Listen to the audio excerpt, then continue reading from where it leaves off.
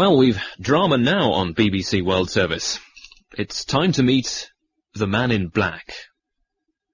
Welcome once more to my nightmare world of fear and horror.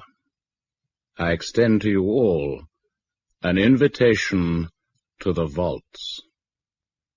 Water is inexorable. When tides turn, if not blocked off, the flood goes where it will. In the subterranean cesspits of our civilized world, rats in their millions run in fear before this flood, and if not stopped, they too go where they will.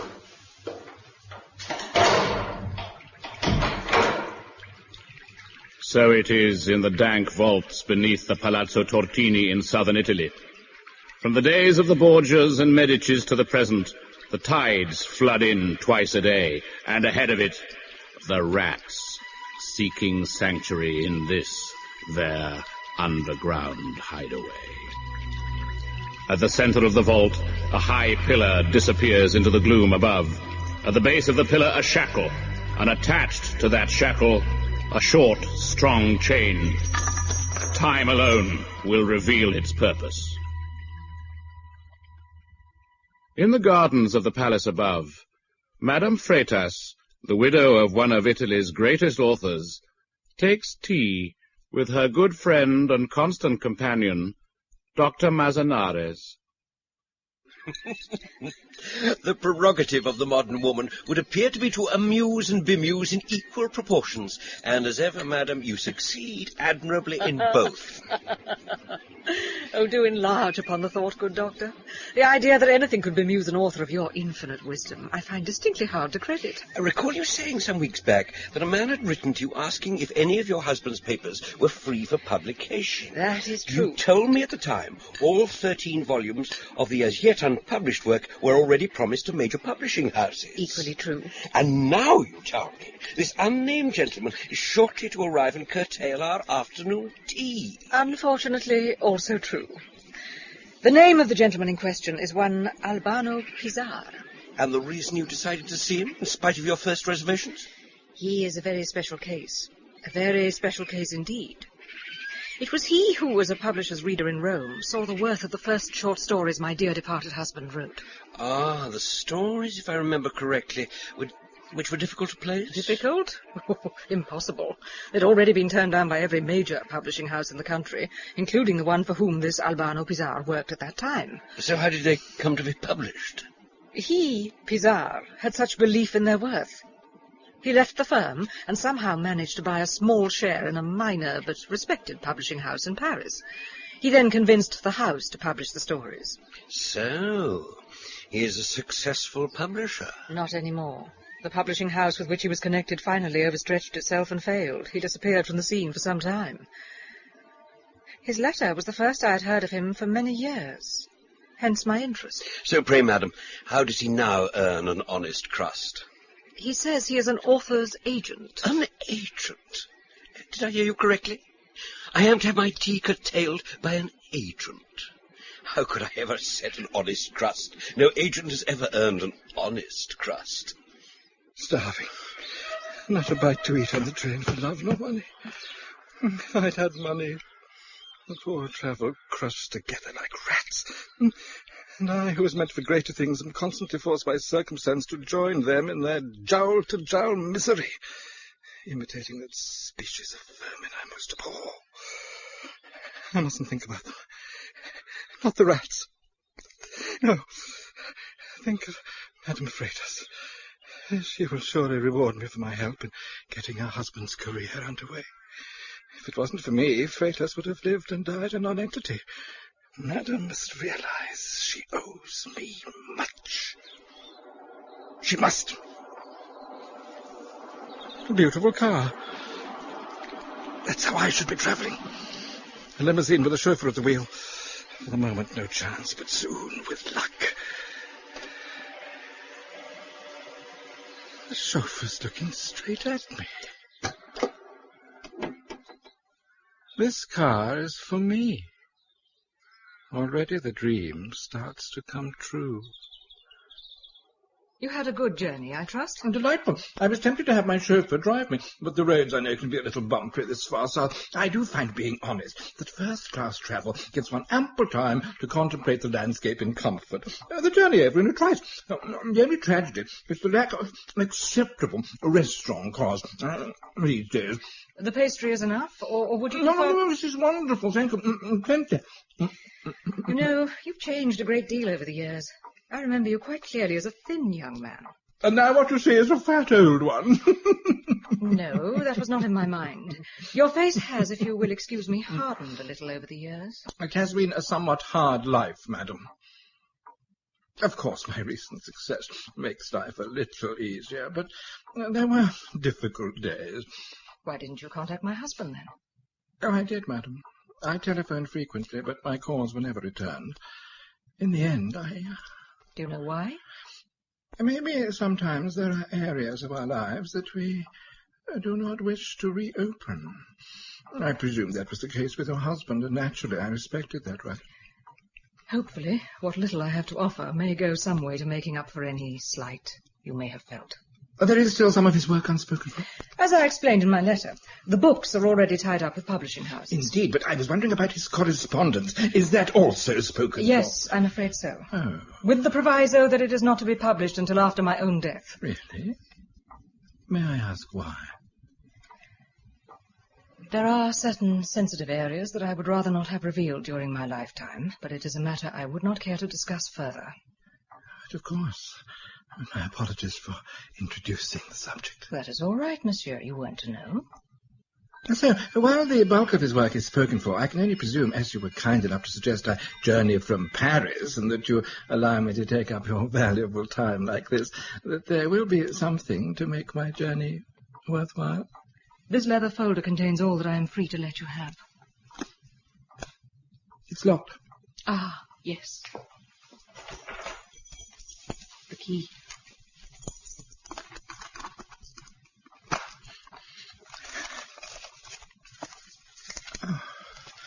I should like to peruse the contents at my leisure, and I'm sure, as with all his work, it will prove a delight.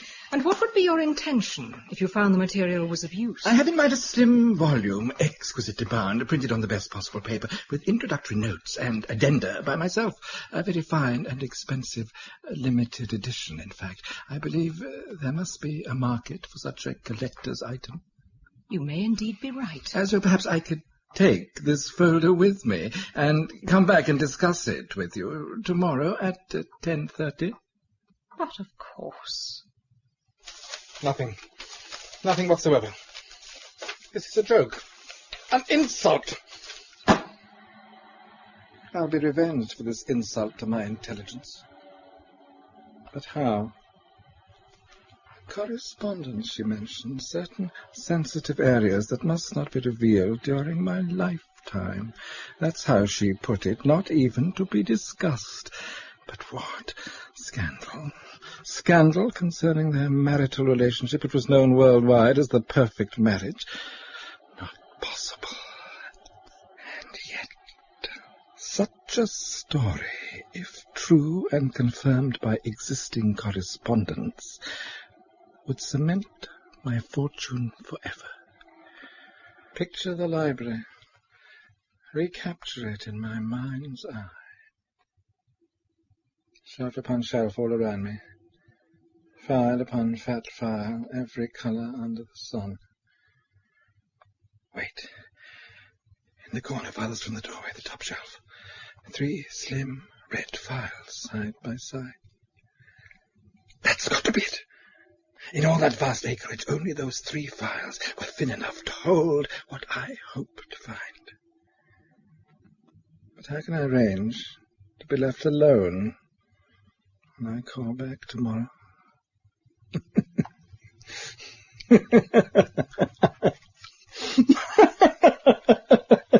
But of course, brilliant. Absolutely brilliant. And of course, course, we come to the world rights, madam. It is quite amazing how in some countries, when a particular volume catches the reading public's imagination, it can then take off in a totally unexpected fashion. I quite understand your need to inform me fully, and I admire your enthusiasm for the work in question, but we have been discussing the fine detail for over an hour and a half now. Excuse me. Yes, Giselle? Ah, tell him I shall be with him shortly. Would you excuse me a moment, monsieur, but a friend of mine has just called. But of course. I shan't be more than a few minutes. Oh, please don't hurry. I shall use the time to contemplate further on our contractual agreement to ensure I haven't missed anything. Oh, I doubt whether you have. We seem to have ranged over every possibility under the sun.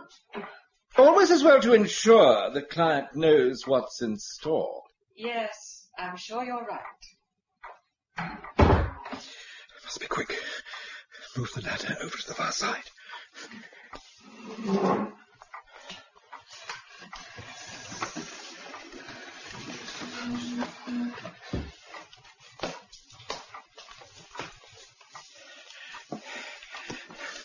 No, that's not it. No, just bills, letters to lawyers. No, this one. Damn! Only one last possible hope. It's sealed. Careful. Dynamite! If I can only get these out of here, my fortune's made. Doctor, you have literally saved my life. Madam? I have always thought that dying of boredom was simply a figure of speech, but I have this morning, Doctor, looked into the eyes of death in such a fashion. There is only one creature on the face of earth who can succeed time and time in inflicting that dastardly method of execution. The literary agent must still be here. Correct. And he has been for hours, but no longer. I shall now use your arrival as an excuse to ask him to depart. Come. Feel free, madam. To we writers, the departure of an agent is a gift to the whole of humanity. Now, a little to the left. Yes. Good.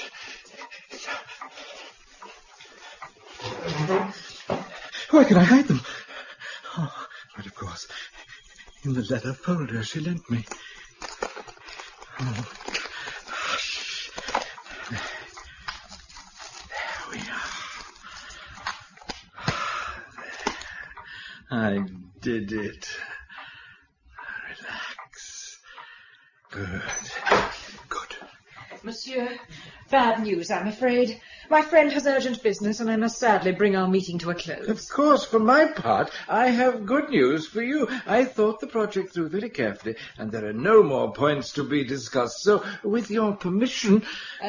Monsieur, you are forgetting my folder?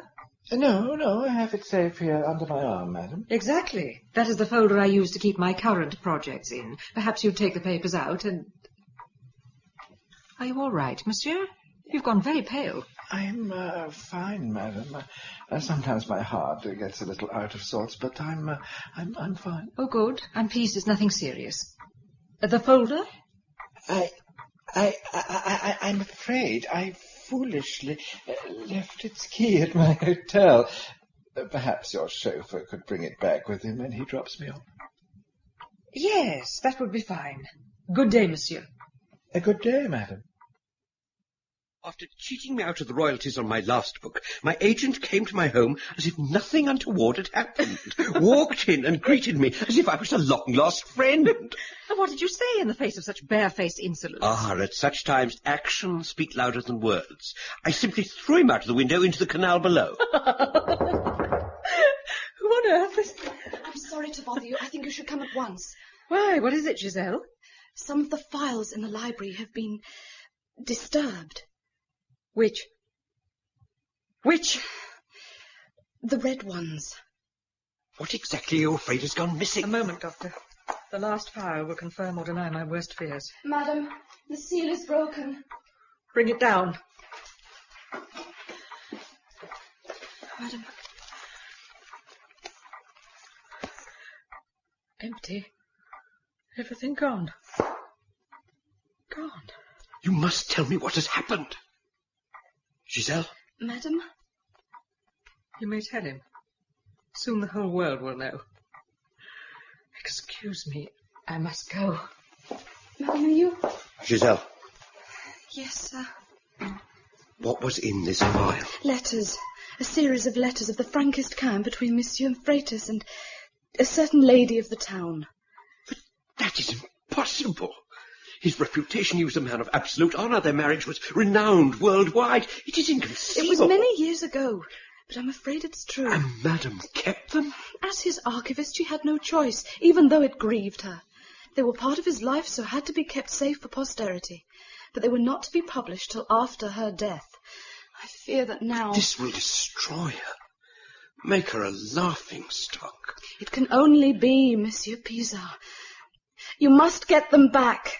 I will go to his hotel at once. Tell Madame I will not come away empty-handed.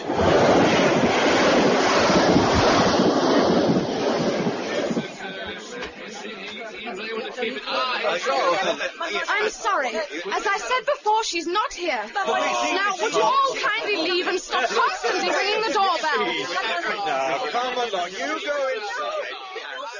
Within days, the house was under siege with reporters from around the world. The doctor put his property in the Umbrian hills at the disposal of Madame Freitas until the ensuing scandal should die away, and promised that when it came to finally balancing the books, as it surely would, there was nothing he wouldn't do at her request, even to relieving Pizarre of his oh-so-worthless life. But in the cool of the hills, she used the passing months to plan a more subtle revenge, a Sicilian revenge. Death was too quick and too kindly for such a creature. And now she knew what his punishment must be, and yes, she would need the good doctor's willing help in putting her plan into operation. The Correspondence was the publishing coup of the decade. The appearances that Pizarre made on television ensured that within weeks he was famous, within months he was rich. Finally, Madame decided the time was ripe, and the bait was proffered. Dear Monsieur Pizarre, the financial success you have achieved handling certain of my husband's papers indicates it would be more productive for the estate if you handled the sensitive work that still remains secretly within my remit. If you are interested... If I'm interested... I've been handed a fortune on a plate. Bait has been taken. Hook, line, and sinker. Now all that remains is to slowly reel him in. And make just one little purchase. One sharp little purchase. You're sure you won't change your mind and take a drink, Monsieur Pizarre? It must have been a long and tiring journey. And I thank you. In your letter, you mentioned that you'd like me to handle other sensitive material in your possession. First, I wish to congratulate you on the success of the volume that you produced from the papers I gave you, and for letting me have the royalties so promptly. Yes, well, it is the job of the agent to be punctilious in such matters.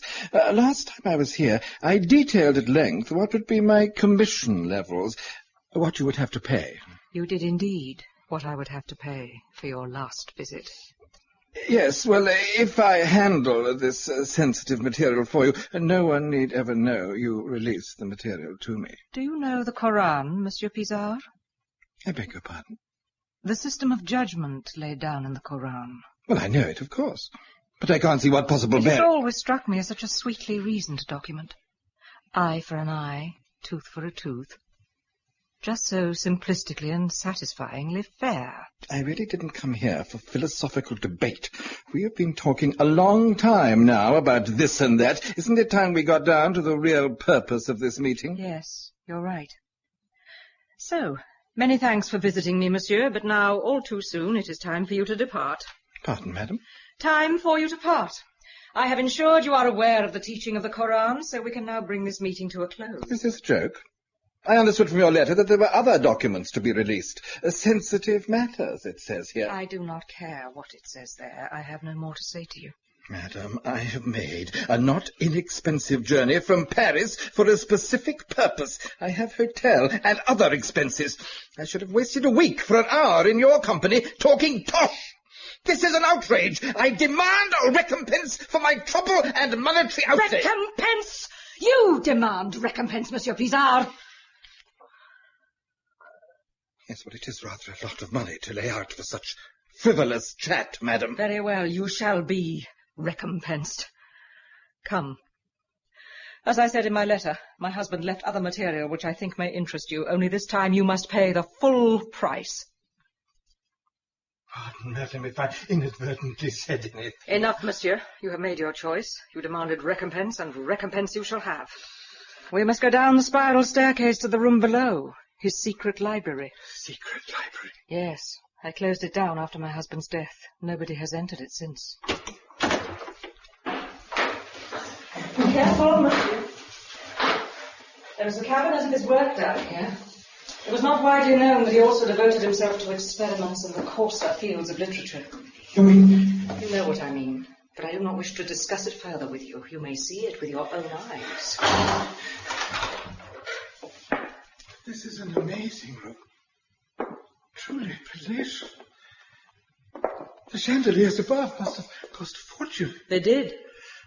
The walls are... I don't believe it. They're covered in red leather. Oh, you're right not to believe it. Appearances can be deceptive. It is, in fact, skins that cover the wall.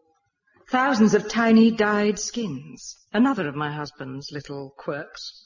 And to what family of creatures do the skins belong, madam? Pick up any of the volumes on any of the shelves and see if you can guess. They also are covered in the self-same skin. But they're rotting where they stand on the shelves. That is the trouble with rat skin. It doesn't last, does it? Rats, I cannot abide the creatures. Good. Anyway, these books are not the work of my husband, so of no interest to me. Let them rot. But you said there was other material down here. There is. Over there. In that large steel cabinet in the corner. You may open it. But how can I? The gap between the cabinet and the wall it faces is too small. The door's too wide. Well, first you must go into the gap. Now, you simply open both doors in front of you. But I'll be trapped in here if I do that. Oh, come, Monsieur Pizarre, what do you fear? The books are going to jump out and bite you? I'm sorry, the rat skin on the volume I held made my mind crawl. I cannot stand rats and the feel of its dead skin. Monsieur Pizarre, I assure you there is no dead skin inside the cabinet. Now either swing the doors open and see what's on offer, or let us forget the matter and return to the salon above. No, you're right. Books don't jump out unless we promise there's no dead skin in here. Books don't jump out, but of course rats do, particularly if they've been trapped without food for 24 hours. Still, I spoke true. No dead skin. The skin that covers them is very much alive. You saw everything, Doctor? I did indeed, madam. And? As I predicted, I think the man's disposition is such that, unable to physically escape, he will shortly escape by fainting. Ah, his timing is impeccable. Get him below, shall we? Yes, time to be putting him to the final test. You have the meat, Cleaver? It's already in place. Good. Recompense? You shall have recompense enough, Albano Pizarre. Save your strength, my friend. We have much to do. The tide in the vault below will soon be on the turn. Open the hatch. We'll get him down. Hold his arm while I place the manacle on his wrist. The chain and its shackle at the bottom of the pillar are strong enough? So the blacksmith tells me, yes. Ah, good. The tide is turning. The flood will soon begin. Perfect. How long before he comes round? Where am I? Where have you taken me? You are in the vaults beneath the Palazzo Tortini. The tide has turned and is in the process of flooding in. But at your feet you do now have a weapon with which to defend yourself. Cleaver? Against the tide? No. Against the rats that the tide drives in. See? No more rats, please. You know, I can't stand them. Not a pretty sight, are they? Evil red eyes all aglint in the dark, bodies coated with sewer slime, and in their hundreds they will come, Monsieur Pizarre. Oh, I was so pleased to discover you don't like them. Please! They will hold back at the water's edge for as long as they can because of your human presence, but finally they will have no choice but to move forward or drown. So they will move forward. As you can no doubt see, the construction of these vaults will drive the rats past the pillar to which you are chained. They will be attracted by the fresh blood on your face, and will surely attack you if they sense fear. So do be brave, Monsieur Pizarre. Be brave. Remarkably bold, too, these sewer rats, Yes. and sensible. They go for the eyes and the throat, as you discovered upstairs. But you may defend yourself with the cleaver, and you have a first-rate chance of surviving their attack. Come, Dr. Manzanares. Time to go back to the salon. My guests are expected shortly. I was forgetting. Is it the money? If I returned it... Too late. What's that? The rats are beginning to move forward, monsieur. But you have a choice. You're being generous. You gave Madame no choice, but simply went ahead and ruined her life. I'm sorry. My career was at an end if I didn't get money. I'm sorry. Much too late for sorrow. Much, much too late. So, you could be eaten by the rats, but with the cleaver, we have guarded against that. You have ample defense in your hands. Though, of course, if you escape the rats, another problem faces you. Another? The rats will finally congregate on that high ledge to escape the rising tide. You, I'm afraid, cannot join them there, for the chain will prevent you reaching the steps. So you could drown. Unless... Unless? You have a choice. What choice? What choice do I have? Remember the Koran, Monsieur Pizarre. Simply remember the Koran. And think of the prescribed punishment for the thief. And if you think the punishment is just in your case, you can be both judge, jury, and he who executes the sentence.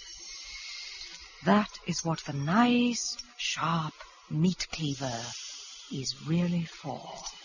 What is the sentence? Think about it. It will come to you. As the water laps your mouth and you contemplate death by drowning, I'm sure it will come to you.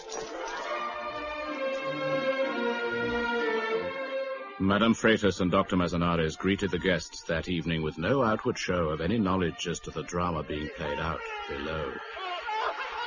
Water, as I said, is inexorable, and tides will have their way. It was a night to be remembered. People poured into the palazzo as rats in ever greater numbers poured into the vaults below, smelt blood, attacked, and were killed in their hundreds. But water also poured, and finally rose to drowning death. I won't do it. I won't do it to him. What other choice is there? What other choice? They were right. There is no other way.